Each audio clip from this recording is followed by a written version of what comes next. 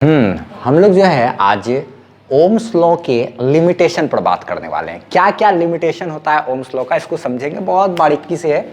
2-3 limitation होता है इसका, देखना है ये कि कभी भी ओम्स लॉ जो वैलिड है वो तभी वैलिड है, तभी ओम्स लॉ काम करेगा जब रेसिस्टेंस जो है अपना रेसिस्टेंस ये मेरा कांस्टेंट रहे। क्या रहे भाई? कांस्टेंट, तभी काम करेगा। जैसे I is equal to V by R है ना, तो यहाँ पे R इज इक्वल टू क्या लिखते हैं? वी बाय आई। इसके बीच अगर ग्राफ खींचना हो वोल्टेज और करंट के बीच, तो ये ग्राफ ये सीधा होता है, और वोल्टेज करंट ग्राफ का जो स्लोप होता है ये सब हम लोग पढ़ चुके हैं। स्लोप जो होता है क्या कहते हैं, वो क्या बतलाता है? रेसिस्टेंस बतलाता है। स्लोप मेरा क्या बतलाता है इसका? वोल्टेज और करंट के ग्राफ बीच का जो ग्राफ होता है उसका स्लोप, यानी ढलान मेरा क्या बतलाता है? करंट रेसिस्टेंस बतलाता है ना। और इसमें जो करंट एक्सिस है, करंट वाले एक्सिस के साथ थीटा एंगल को जो हम लोग टेन थीटा लेते हैं, यही टेन थीटा मेरा क्या कहलाता है? रेसिस्टेंस कहलाता है। ये सब हम लोग पिछले क्लास में भी बात कर चुके हैं। तो ध्यान रखना है आप कि वोल्टेज और करंट के बीच का जो ग्राफ रहेगा ये बिल्कुल हमेशा स्ट्रेट लाइन होना चाहिए, तभी क्या होगा? काम करेगा मेरा कौन? Ohm's law. यानी I is equal to V by R हम लोग लगा सकते हैं, R is equal to V by I लगा सकते हैं। लेकिन अगर ये रेसिस्टेंस मेरा कांस्टेंट नहीं है, रेसिस्टेंस मेरा वेरिएबल है, तो वेरिएबल रेसिस्टेंस है, तब तो फिर क्या कहते हैं, यही जो ग्राफ है मेरा वो ग्राफ कैसा होगा? क्या कहते हैं, वो ग्राफ मेरा कुछ ऐसा ऐसा ऐसा ऐसा ऐसा ऐसा ना। क्या यहाँ पर ये क्या बता रहा है? वेरिएबल है, यानी कि यहाँ पे ढलान ज़्यादा है, यहाँ ढलान कम है, ढलान ढलान ढलान कम ज़्यादा, ढलान कभी ज़्यादा कम ज़्यादा कम इस तरीके का चीज़, या फिर क्या इस तरीके का चीज़। वोल्टेज करंट है इस तरीके का, ठीक है। तो ये सब तरीके का सिचुएशन में काम नहीं करता है। रेसिस्टेंस मेरा क्या होना चाहिए? कांस्टेंट होना चाहिए, यानी कि जो ढलान है ना इसका स्लोप वो मेरा एकदम कांस्टेंट होना चाहिए, यानी कि वोल्टेज और करंट के बीच का जो ग्राफ है वो एकदम हमेशा क्या होना चाहिए? स्ट्रेट लाइन होना चाहिए, तभी मेरा कौन सा चीज़ काम करेगा? Ohm's law. I is equal to V by R या R is equal to V by आई।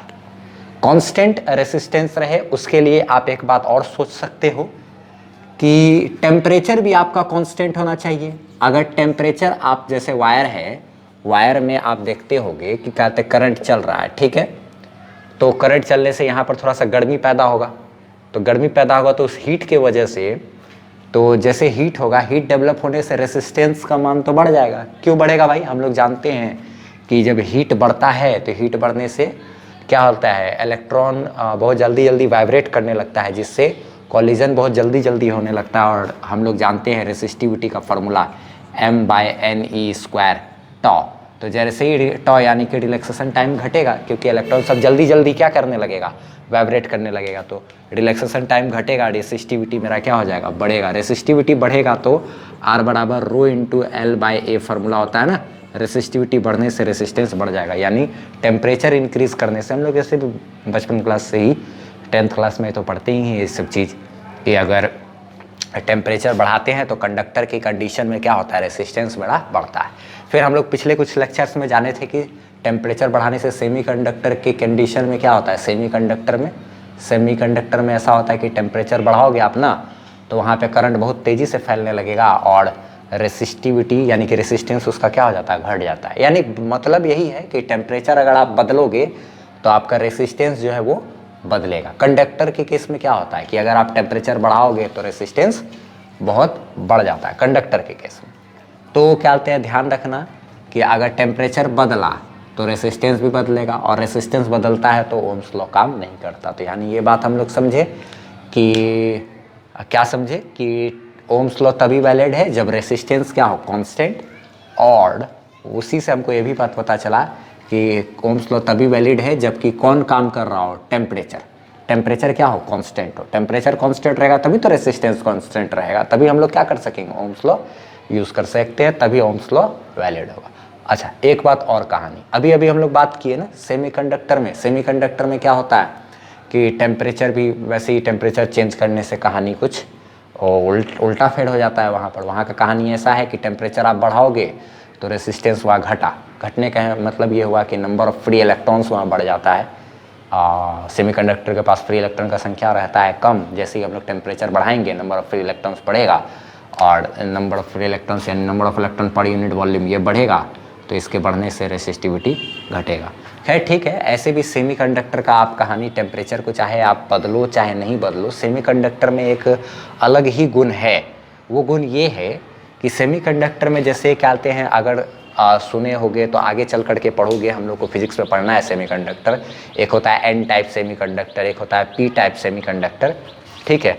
तो वहाँ पर हम लोग को जानना है ये सब चीज़ पढ़ना है। एक होता है P N junction, P type semiconductor और एन टाइप सेमीकंडक्टर को मिला करके बनता है पी एन जंक्शन। इसी का इस्तेमाल करते हैं हम लोग इन्वर्टर बनाने में, फिर उसके बाद एलईडी बल्ब बनाने में, फिर उसके बाद सोलर प्लेट वगैरह वो सब बनाने वगैरह में, सोलर सिस्टम, बर्गलर अलार्म, बहुत जगह ये सब का यूज़ पड़ता है, ठीक है। सेमीकंडक्टर चैप्टर में हम लोग जानेंगे आगे चल करके, मॉडर्न फिजिक्स के अंतर्गत सेमीकंडक्टर आता है। सेमीकंडक्टर चैप्टर में हम लोग को पढ़ना है semiconductor and electronic devices, NCERT का सेकंड वॉल्यूम में आप सुनोगे। तो ये जो पी टाइप सेमीकंडक्टर और एन टाइप सेमीकंडक्टर, इन दोनों को मिला करके क्या बोलते हैं, बनता है बीच में ये जंक्शन। तो इसको जंक्शन डायोड या डायोड के नाम से जाना जाता है। पी टाइप सेमीकंडक्टर और एन टाइप सेमीकंडक्टर को मिला करके, पी टाइप और एन टाइप क्या बोलते हैं सेमीकंडक्टर को क्या किया जाता है, मिलाया जाता है, मिला करके बनाया जाता है। तो हम लोग को आगे डिटेल में ये सब चीज़ पर पढ़ना है। वहाँ पर अगर तुम देखोगे भाई तो वोल्टेज और करंट का तुम ग्राफ सोचोगे तो ऐसा होता है क्या कि वोल्टेज बढ़ा रहे करंट बढ़ रहा, वोल्टेज बढ़ा रहे करंट बढ़ रहा, लेकिन अचानक फिर ऐसे ऐसे ऐसे ऐसे ऐसे फिर एक समय होने के बाद तुम वोल्टेज कितना भी बढ़ा लो, करंट का मान एकदम फिक्स हो गया तो फिक्स हो गया, अब इतना ही रहेगा। वोल्टेज कितना ही बढ़ा दो, करंट का मान एकदम ऐसे करके क्या हो गया, फिक्स हो गया यहाँ से। तो फिर कितना भी कुछ कर लो, क्या बोलते हैं, करंट मेरा फिर बढ़ेगा नहीं। इसमें ऐसा होता है क्या कि वोल्टेज कुछ दूर तक तुम बढ़ाओगे, वोल्टेज बढ़ाओगे करंट बढ़ेगा, वोल्टेज बढ़ाओगे करंट बढ़ेगा, ग्राफ चलेगा। फिर उसके बाद क्या होता है, ऐसा हो जाएगा ग्राफ, इस तरीके का ग्राफ तुमको देखने को मिलेगा।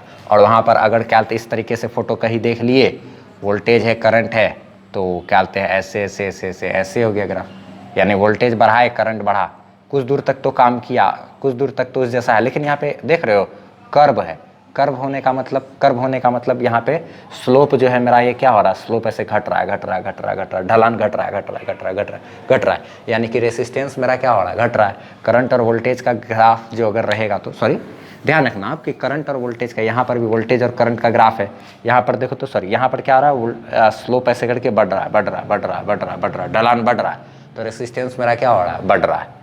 तब ना क्या बोलते हैं, आप वोल्टेज कितना भी इंक्रीज़ कर दो, कुछ दूर तक तो वोल्टेज इंक्रीज़ करोगे, करंट बढ़ेगा, बढ़ते बढ़ते बढ़ते एक समय के बाद ऐसे करके कांस्टेंट हो जाएगा। तो बहुत ज़्यादा डीपली इसमें अभी जाने की ज़रूरत है नहीं, आपको बस इतना ही ध्यान रखना है कि हम लोग इसके बारे में डिटेल वे में हम लोग पढ़ाई करेंगे, ठीक है। तब वहाँ पर जानेंगे कि किस तरीके से डायोड वगैरह में ऐसा कहानी होता है कि वोल्टेज आप बढ़ाते चले जाओ, कुछ दूर तक तो करंट बढ़ेगा, और वो भी कैसा, ऐसे कांस्टेंट नहीं बल्कि ऐसे बहुत ज़्यादा मात्रा में, और एक समय के बाद वोल्टेज आप कितना भी बढ़ा लो, करंट आपका बढ़ेगा ही नहीं।